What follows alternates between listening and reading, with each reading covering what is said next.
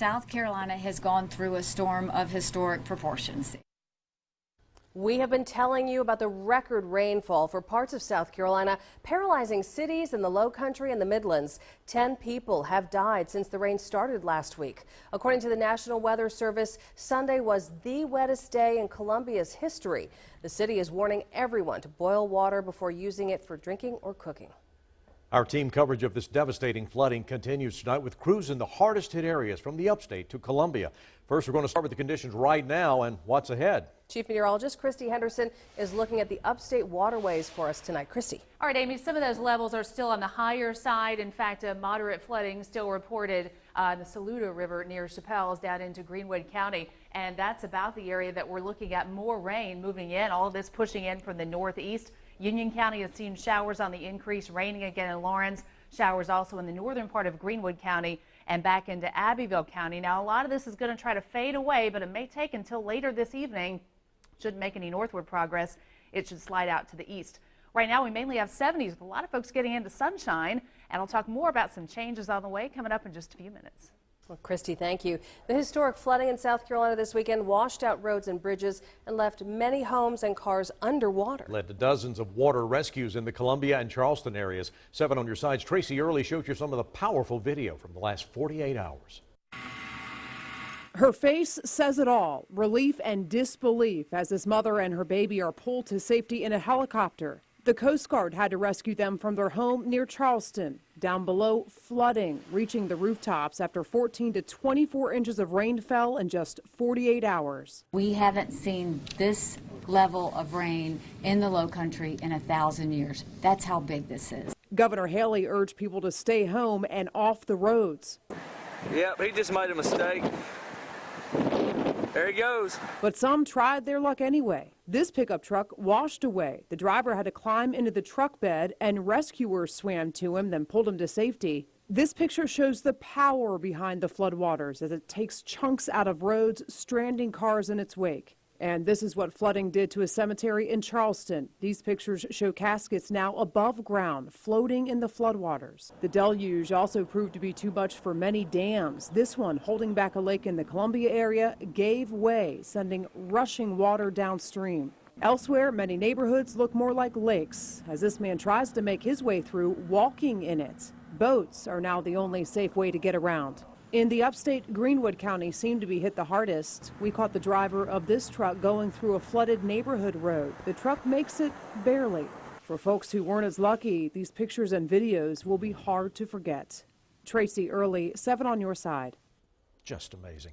We have learned at least 5 of the victims drowned. 4 of the other fatalities were traffic related. One of those was in the upstate. Sylvia Arteaga died Thursday after she was trapped in her car. Another drowning victim, 24-year-old Alexandria Holmes, had ties to the upstate. She lived in Columbia and was a graduate of USC. She also went to J.L. Mann High School in Greenville. Family and friends tell us her car was overtaken by the floodwaters in Columbia. Well, Columbia, of course, has been hit really hard with the flooding, with whole neighborhoods underwater and having to evacuate. Our Robert Kittle has been all over Columbia since Saturday. He's joining us now live tonight with the latest. Robert. We're in Forest Acres, which is a city right outside of Columbia. It's a suburb. And just a little while ago, you can see behind me, there used to be a dam, an earthen dam, right underneath that bridge. That gave way a little while ago, and the water came rushing through. You can see it's not that bad right now. The water's not that high. We were talking to some people who live in this neighborhood a little while ago, and they said that the water in this lake had been drawn down on Saturday when the rain started. So the water here was already low. So even though that dam was breached and all that water came through, it's not that bad here because the water was already low here.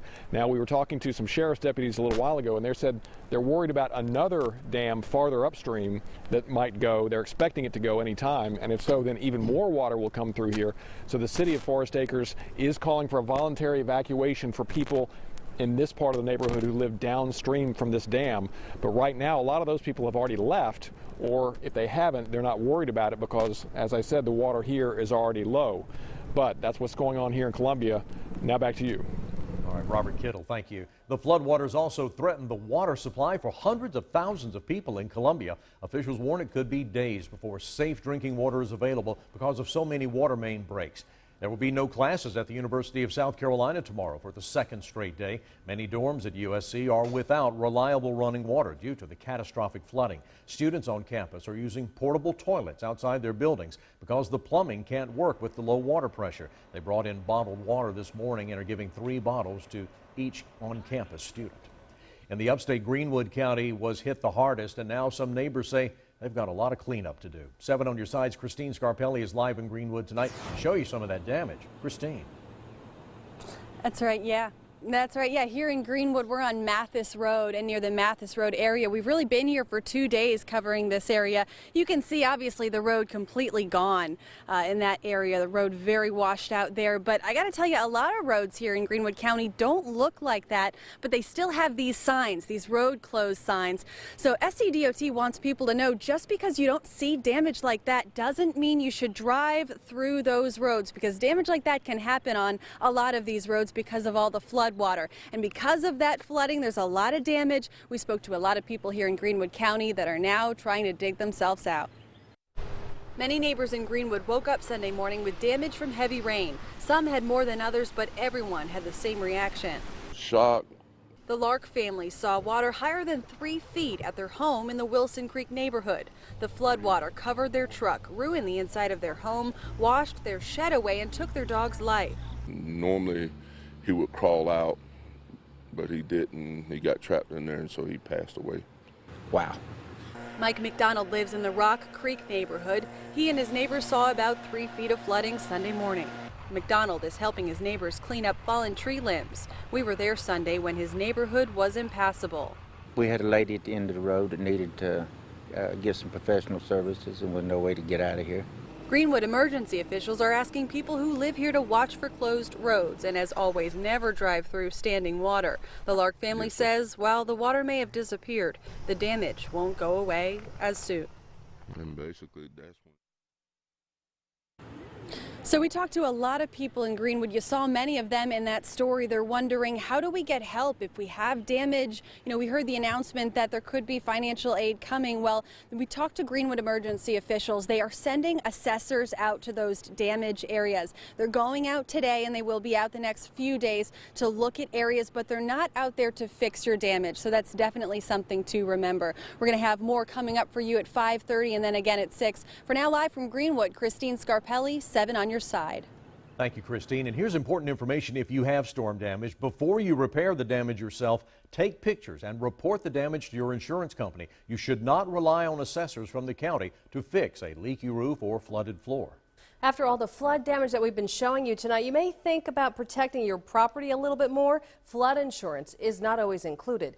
Agents tell us liability insurance does not cover flood damage for cars, only comprehensive does. And remember, it's your responsibility to minimize the damage. Now, that is the same with flooding in your home.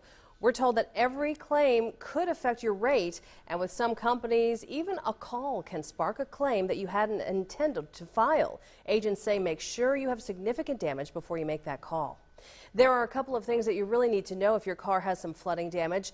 Do not start the engine. If there's water in it, that could ruin the car. Also, open all the doors, make sure you air everything out, and when the damage is more than 70% of the car's value, it will be ruled a total loss.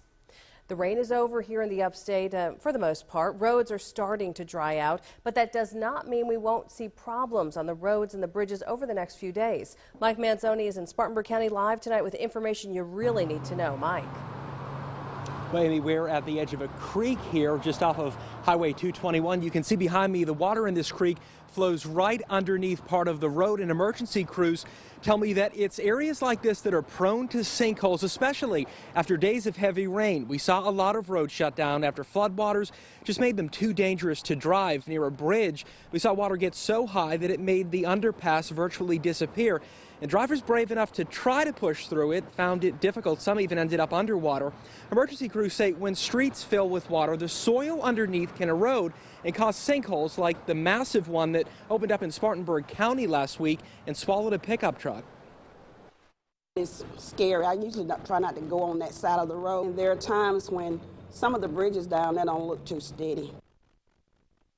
Emergency management crews tell me that they're not expecting anything major to happen, but they are keeping an eye out. They say you should too. If you see a bridge or a road that for some reason doesn't look safe, just go ahead and turn around. They say it's good to obviously be on the safe side. For now, we're live in Spartanburg County. Mike Manzoni, 7 on your side.